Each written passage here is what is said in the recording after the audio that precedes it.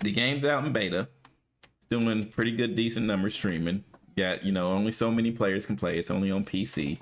Right. When it comes out worldwide, what is your predictions as far is it going to be popular worldwide, or is it going to be popular in certain regions? Like we would say the SNK games are more popular overseas than in Americas. Um, I think it is going to be based on how expansive the roster is. If they are aggressive in expanding the roster, I believe it will be worldwide.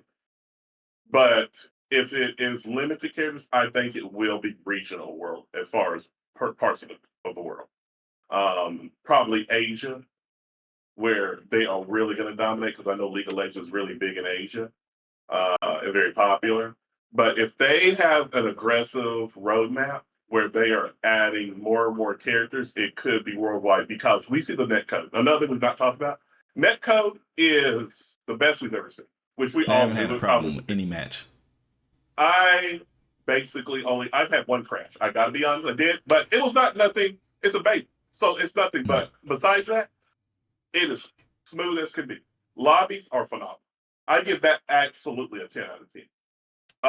The feature where you find a match, so it actually just you don't have to walk around. You can get into a match. Yeah, if they just are aggressive with adding characters and really give great feedback, hot fixes, then this game can be worldwide. But like I said, that is what, in my opinion, where it could go as far as the worldwide or not. So, what is your opinion? Do you think so? The idea that casual players from League or like League players will come over and play the fighting game and stay, I don't think that is a realistic goal. I don't think that's a realistic goal when it comes to fighting games in general. Right. I think people who play fighting games and then they play other games.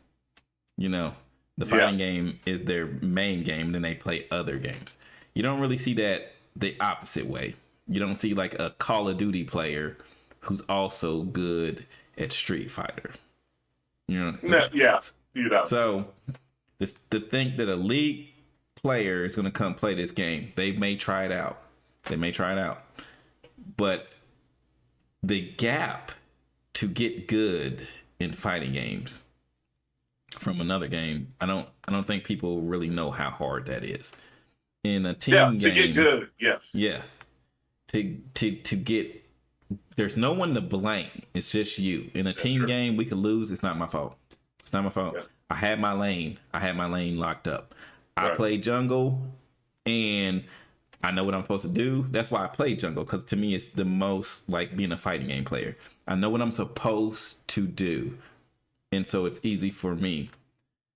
I don't know how that's going to translate to someone who plays League. Like I said, my son plays League, but I don't think he's ever going to pick up this fighting game. He might pick it up just to play it because it's free, but staying, he's not. So as far as regions, I think it's going to be the same people in regions who were good in Dragon Ball will dominate in this. I don't think you're going to see anybody who wasn't good in Dragon Ball be at the top of this game. It's going to like it's going to be Sonic Fox, Goichi, those people.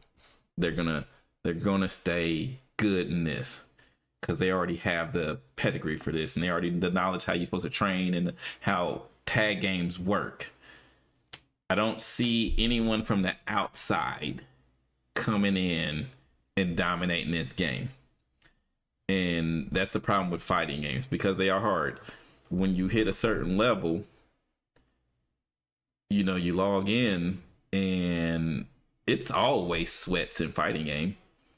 Even if you go to a casual lobby, it's just sweats. It's going to be real sweats. And if I go, let's say I go play a casual game in Wild Rift, people, we might have a team that doesn't go together. So you're thinking, oh, everybody's just playing for fun on this team. There might be that person who wants to be serious, but when we pick our characters and our characters don't synergize, then you know what type of game it is. You can't do that in a fighting game. You can't just be like, I'm gonna play this character, and especially it's gonna be a T game. Imagine you want to play serious, and I'm out here like, I'm gonna try a character I ain't even good at, you know. So I think this game's just gonna be for fighting game players who like tag games, and I would foresee that people who are good in Dragon Ball Z will be good in this. I don't think it's going to go any further than that.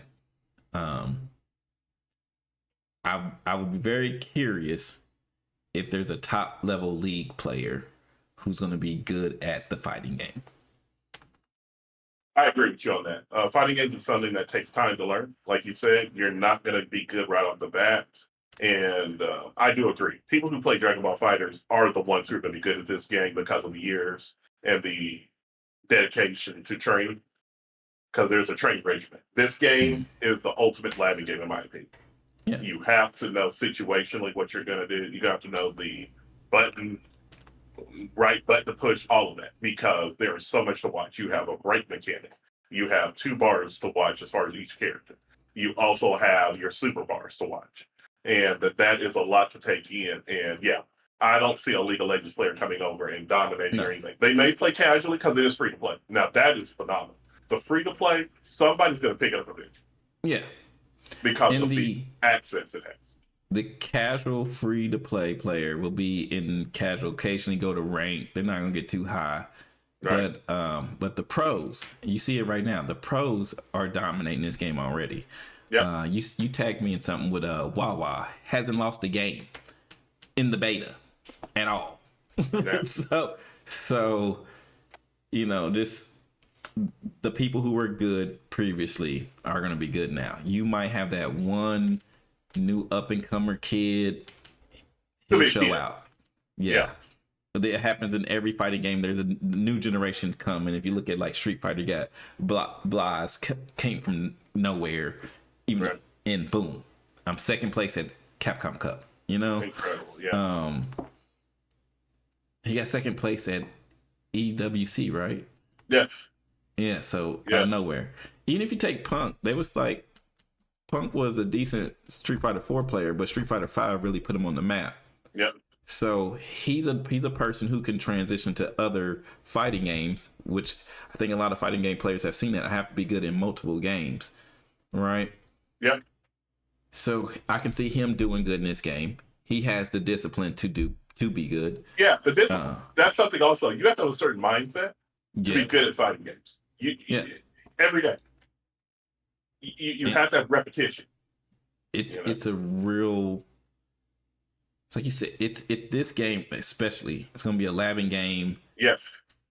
And I watched Leffen do a combo for about 30 minutes. He just kept doing the same combo. Right. For like 30 minutes. I said, I don't have. That's when I knew I never could be a pro, because I don't have that kind of dedication. Right. It was the same combo. He just kept doing it. And I was like, all right, this is why he's one of the best in the world. I've seen Sonic Fox do that too. Yeah. I couldn't do it. It's my. They are playing. I just actually saw today, Sajam, the commentator, says that since 2XKO closed betas come out, he has played 6 to 7 hours a day. I get that.